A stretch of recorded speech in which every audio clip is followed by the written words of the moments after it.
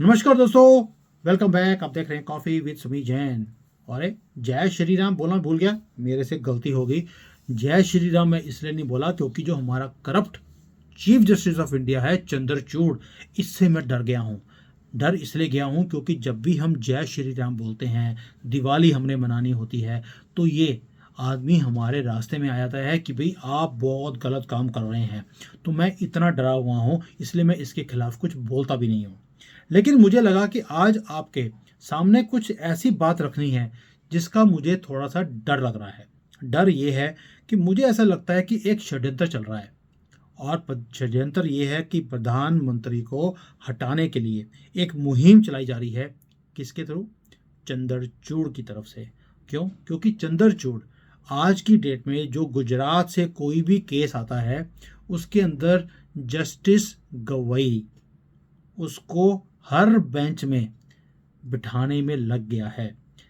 अब ये जस्टिस गवई कौन है इसका आपको पता होगा, लेकिन अगर आपको नहीं पता तो मैं आपको कुछ तथ्य इस बंदे के भी रख देता हूं। जो हमारा corrupt chief justice of India है, जो लिब्रांडो है और कांग्रेस की भाषा बोलता है हमेशा, इसने अब एक गंदी हरकत और करनी शुरू कर दी। चलिए मैं आपको इसकी पूरी डिटेल देता हूं।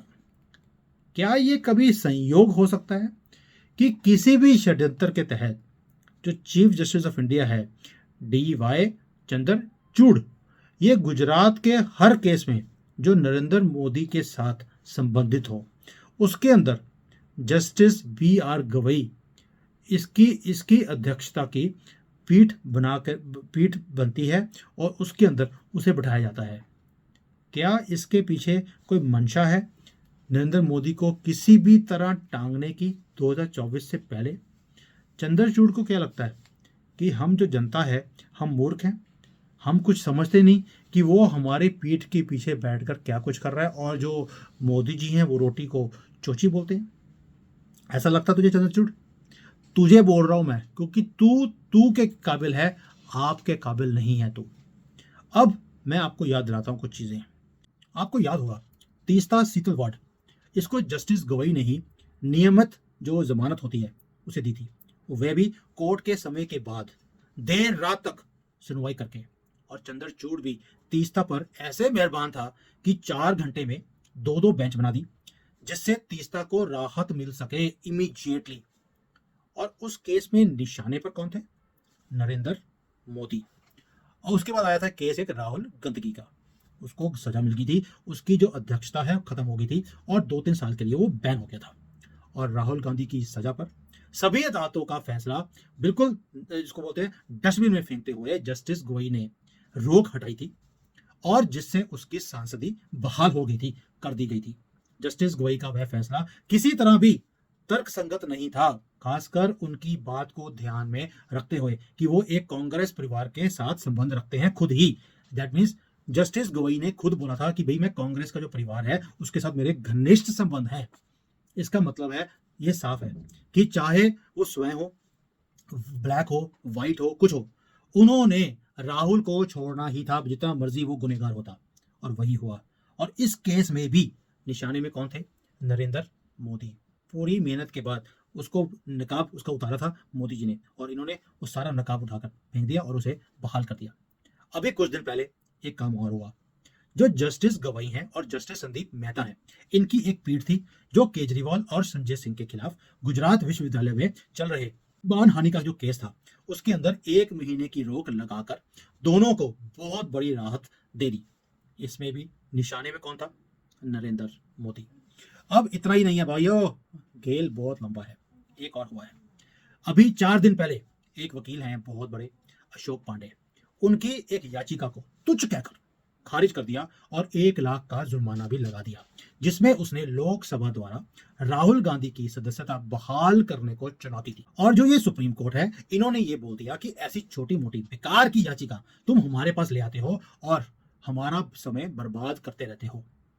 आप सोच सकते हैं, अशोक पांडे एक याचिका लेके जाता है तो उसके ऊपर जुर्माना भी लगा दिया 1 लाख रुपए का। पांडे पर एनसीपी के मोहम्मद फैजल की सदस्यता बहाल करने के खिलाफ याचिका पर भी 1 लाख रुपया जुर्माना लगाया गया था। क्या ये जब कोई और लोग लेके जाते हैं वहां पर ये जुर्माने लगाते हैं? तब तो लगाते नहीं। हर किसी को अपना अपना पक्ष रखने की इजाजत होती है।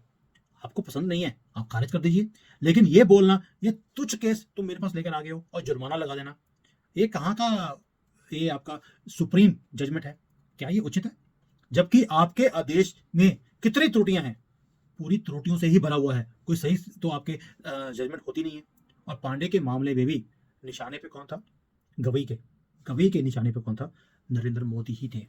अब देखिए, जो जस्टिस गवई हैं और जस्टिस जो संदीप मेहता हैं, इनकी पीठ के सामने 18 जनवरी को प्रशांत भूषण की फिल्म, गीतकार जावेद अख्तर, शबनम हाशमी और जो बीजी वर्गीज हैं, अभी तो उनकी मृत्यु हो गई है, वो उनकी जनहित याचिका सुनवाई के लिए आती है, जिसमें वो गुजरात में हुए 2002 से लेके 2006 के बीच में जो ये फेक एनकाउंटर्स, ये बोलते हैं ना कि वहां पे बड़े फेक एनकाउंटर्स हुए थे, उसके बारे में जस्टिस एच.एस. बेदी की जांच रिपोर्ट मांग की गई थी। इस पर सॉलिसिटर जनरल तुषार मेहता ने प्रशांत भूषण की जो बखियां हैं उखेड़ते हुए पूछा कि देश भर के कथित फेक एनकाउंटर्स हुए हैं, फिर गुजरात में ऐसी रुचि तुम्हारे पास क्यों है? पीओ तो पंजाब के अंदर भी हुए थे जब खालिस्तान मूवमेंट थी, वो तो जहां जहां पे भी कांग्रेस रही है वहां पर वो फेक एनकाउंटर्स करवाती रही है। तुमने उनकी तो किसी की याचिका फाइल नहीं करी, लेकिन गुजरात के बारे में क्यों? वो भी 2002 और 2006 के बीच में, ऐसा क्यों? और जस्टिस गोई ने प्रशांत भूषण की याचिका को तुच्छ कहने की जरूरत ही नहीं समझी। तब भी बोल देते जस्टिस गोई कि भई ये इतना तुच्छ सा केस लेके तुम आ गए हो हमारा टाइम वेस्ट करने के लिए, जबकि सुप्रीम कोर्ट ऑलरेडी सब कुछ फर्क कर चुका है कि उसमें कोई भी मोदी जी का कोई इन्वॉल्वमेंट नहीं था, भेज देते। लेकिन तुमने जरूरत ही नहीं समझी, जबकि ये याचिका किसी मायने में भी जनहित याचिका नहीं है। बरानी जो पहले थी वो तो जनहित में याचिका नहीं थी, ये है, क्योंकि ना तो जावेद गुजरात का है, ना हाशमी है, ना वर्गीस है गुजरात के लोग तो केस नहीं कर रहे, ये बाहर के लोग आकर बोल रहे हैं कि वहां पर ये कुछ हुआ था। इसमें जुर्माना लगाने की हिम्मत भी नहीं लगाई जस्टिस गोई ने, क्योंकि निशाने पर कौन है? दोबारा से नरेंद्र दास मोदी। अब एक बयान है जिसमें जस्टिस गोई ने मोदी सरकार पर आरोप लगाया था कि सरकार के 70% केस फ्रीवोलस होते हैं। मैंने इस पर आरटीआई में पूछा कि कितने मुकदमे सरकार के दायर किए गए हैं, तो सुप्रीम कोर्ट ने जवाब में दिया 11,350 मुकदमों में सरकार पैटिशनर है और 35,601 मुकदमों में सरकार रिस्पोंडेंट है।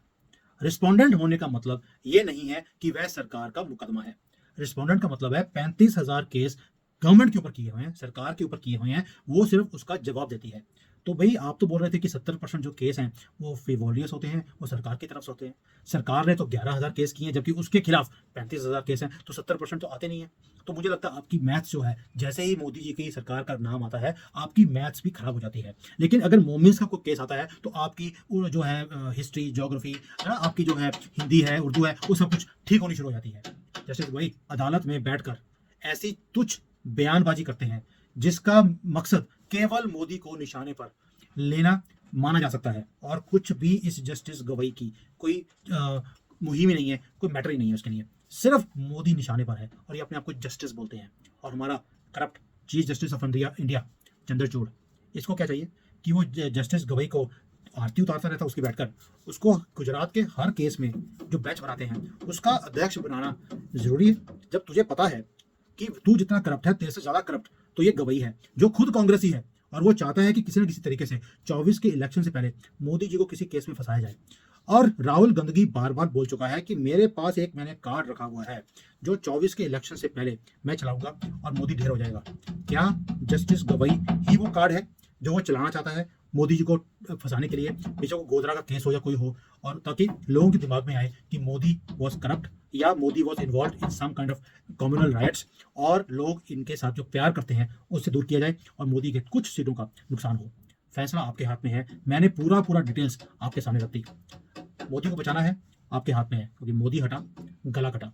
जय हिंद, वंदे मातरम, जय श्री राम। मैं डरता नहीं हूँ एक corrupt chief justice of India से, जय श्री राम ये बोलने के ऊपर रोक लगा सकता है, मैं नहीं रोकूंगा। सो जय Shri Ram. Hi there.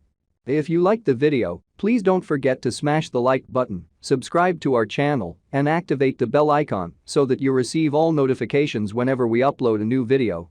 Thanks for watching.